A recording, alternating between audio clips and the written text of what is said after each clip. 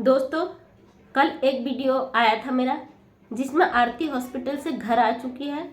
उसकी हालत काफ़ी गंभीर बनी हुई थी और वो ठीक होके कल घर आ चुकी थी। आज फिर उसका एक वीडियो आता है जिसमें आरती की हालत बहुत ज़्यादा सीरियस है। वो इतनी बुरी दशा में है कि उसे अगर बैठा ले तो बैठ नहीं पा रही, खा नहीं पा रही है। उसके आंखें सूज के अजीब सी हो गई। उसका इतना इलाज करा, उसके बावजूद जो उनके पति देव है मनु, उनका कहना था आरती को शायद फिर से एडमिट करना पड़ेगा क्योंकि उसकी हालत गंभीर बनी हुई है। फिर थोड़ा वीडियो आगे बढ़ता है तो वो कहते हैं कि आरती पे कोई साया आ गया, आरती पे कोई ओझा झाड़ फूक करने वाले को दिखाया जा रहा क्योंकि आरती पर किसी की आत्मा आ गई। वो आत्मा किसकी है? वो आत्मा है छोटू की, क्योंकि आरती को वो छोटू किसी हाल में छोड़ना नहीं चाहता था। वो नहीं चाहता था आरती क्योंकि वो आरती का रबर था, आरती का प्रेमी था, तो वो नहीं चाहता था किसी हाल में मैं आरती को छोड़ूं। और जिस वजह से छोटू की मौत हो गई, अब वो आरती की शरीर में पूरी तरीके से आ चुका है और उसने आरती की हालत गंभीर कर दी। और मनु का ये भी कहना था कि 5,000 की मैं दवाइयाँ लेके आया हूँ, कोई बात नहीं, दवाइयाँ लाया हूँ, कोई फर्क नहीं पड़ता।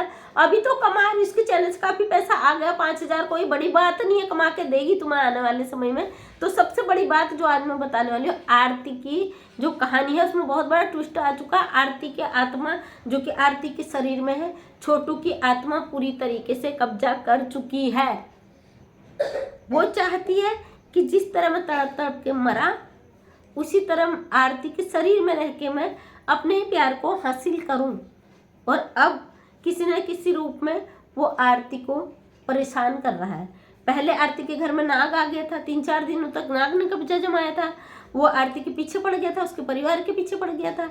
और अब आरती सीरियस हॉस्पिटल में एडमिट है और अब वो चाहता है कि मैं आरती का पीछा कभी न छोड़ूं। इसी वजह से आरती को शायद दोबारा हॉस्पिटल में फिर भर्ती करना पड़ सकता है, ये आरती के पति का कहना था। और आज मैं बता दूं, मैं एक सोशल वर्कर हूं और उत्तराखंड से हूं, एक साइकोलॉजी की अध्यापिका भी रह चुकी हूं। तो इसी बेस पे मैं ये बता सकती हूँ, ओझा झाड़ फूक काफ़ी कुछ हद तक होते हैं, सही में ये नहीं कह रही हूँ अंधविश्वास है, लेकिन कुछ हद तक सच्चाई होती भी है। हमारे पहाड़ों में अगर किसी की डेथ हो जाती है, हमसे बुजुर्ग, हमारा वो पितृ दोष जिसे आप लोग कहते हैं, वो पितर उसको वो इतनी आसानी से उसकी आत्मा पीछा नहीं छोड़ती है। हमें उसकी एक जागर कहते हैं, पूजा पाठ जो होती है ढोल बाजे के साथ वो लग बजाई जाती है, जिसके अंदर उसकी आत्मा आती है, उससे सामने नचवाया जाता, खिलवाया जाता। और वो खुद बताता है मैं वो हूँ और मैं इसलिए आया हूँ, ये सारी बातें वो बताता है, भले ही वो जानता हो या ना जानते हो उस बारे में। जब वो बताता है उसके बाद भी वो नहीं जाता, उसका हमें मंदिर बनाना पड़ता है, उसकी स्थापना करनी पड़ती है। और जिस पे वो अवतार लेता है उसको हरिद्वार या जो भी तीर्थ स्थल जहाँ पे भी देवताओं की उत्पत्ति कराई जाती है, वहाँ पे उसका अवतरण कराया जाता है और उसको जीवन भर पूजा जाता है। यही स्थिति आरती की जो है उन्हें लग रही कि झाड़ फूक ओझा का।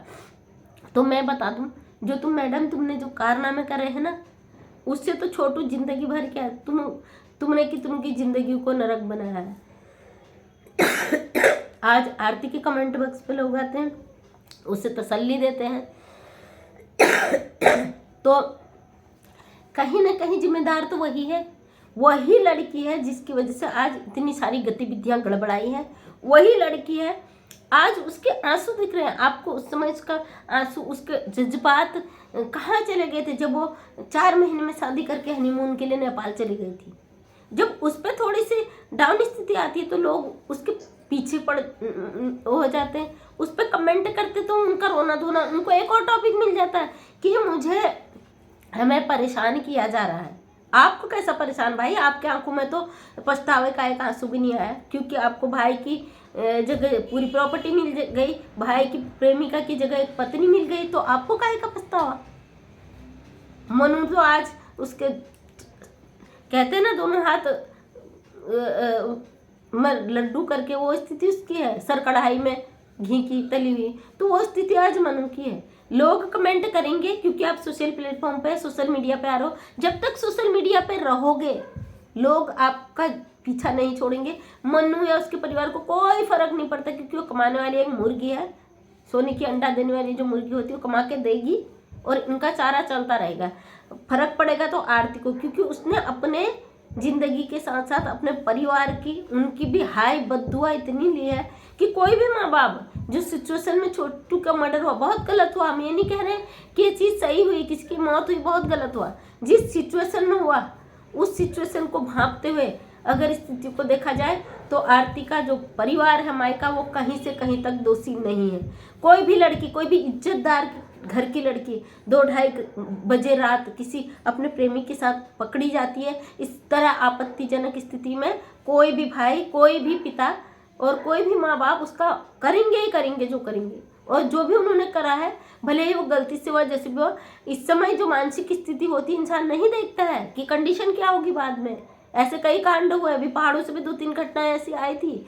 तो ये स्थितियां कोई सोच समझ के नहीं की जाती है। अब इसी में कितने परिवार बर्बाद हुए। आरती ने तो अपना घर बसा लिया, उसकी 1-1.5 साल की बच्ची बिना दूध के तड़प रही थी, उसकी भाभी की, और बूढ़ी दादी भीख मांग रही थी। जो तुमने घरों में आग लगाई है ना, छोटू की आत्मा तो जो है सो है, लेकिन कई आत्माएं तुम्हें छोड़ेंगी नहीं आरती।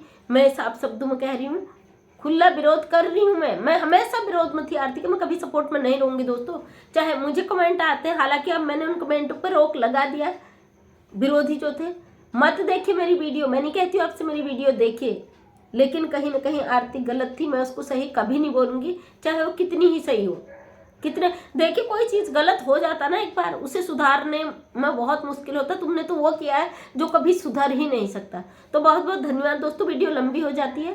अगर आप चाहते हैं आगे को मैं नई फिर जो चीज़ मेरे नॉलेज में आती है और जो सही होती है उसको लेके आऊँ, तो मेरे चैनल को सब्सक्राइब करें ताकि मेरे आने वाला वीडियो को नोटिफिकेशन आप तक आ जाए और मेरी वीडियो आप तक पहुँचे।